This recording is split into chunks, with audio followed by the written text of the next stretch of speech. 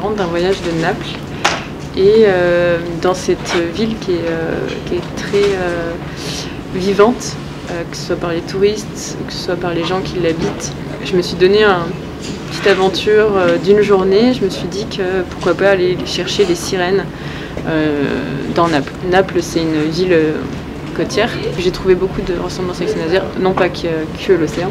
Mais du coup, voilà, je me suis amusée toute la journée à aller chercher les représentations de la sirène dans Naples. J'en ai trouvé beaucoup, parce qu'il y a plusieurs légendes par rapport à ça. Du coup, j'ai rencontré des personnes qui m'ont parlé un petit peu et du coup, voilà, j'ai déambulé, j'ai cherché du coup dans Naples et donc j'ai toute une série photos de sirènes, de dessins.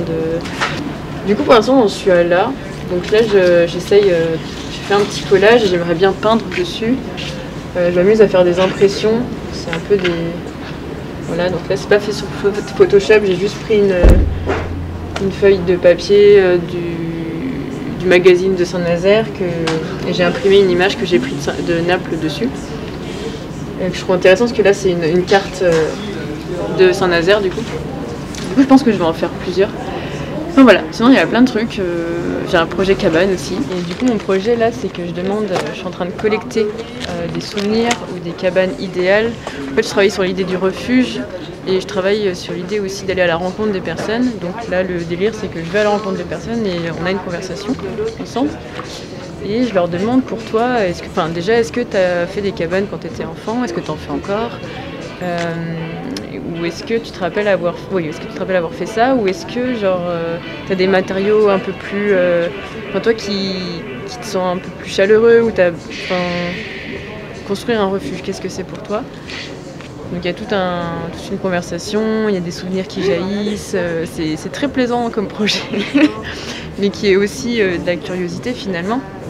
Et je leur demande de dessiner du coup leurs souvenirs ou leur idéal de cabane. J'ai choisi de prendre du feutre, puis comme ça il n'y a pas de prise de tête, c'est vraiment juste pour retranscrire, donner de la couleur aussi. Et il y a ce projet d'intérieur-extérieur qui peut être matérialisé par la construction d'une cabane ou la construction d'une conversation de souvenirs, etc. Donc c'est un projet qui me tient vachement à cœur parce que j'adore discuter avec les gens et il n'y a pas de prise de tête. C'est trop bien, je trouve, même de découvrir les matériaux qu'ils utilisent. Alors ça c'est mythe. Étonnant, non? Très philosophique. Voilà. Et je pense en continuer encore et encore, et jusqu'à ce que ça devienne une bonne collection. J'aimerais les broder plus tard, mais ça c'est dans...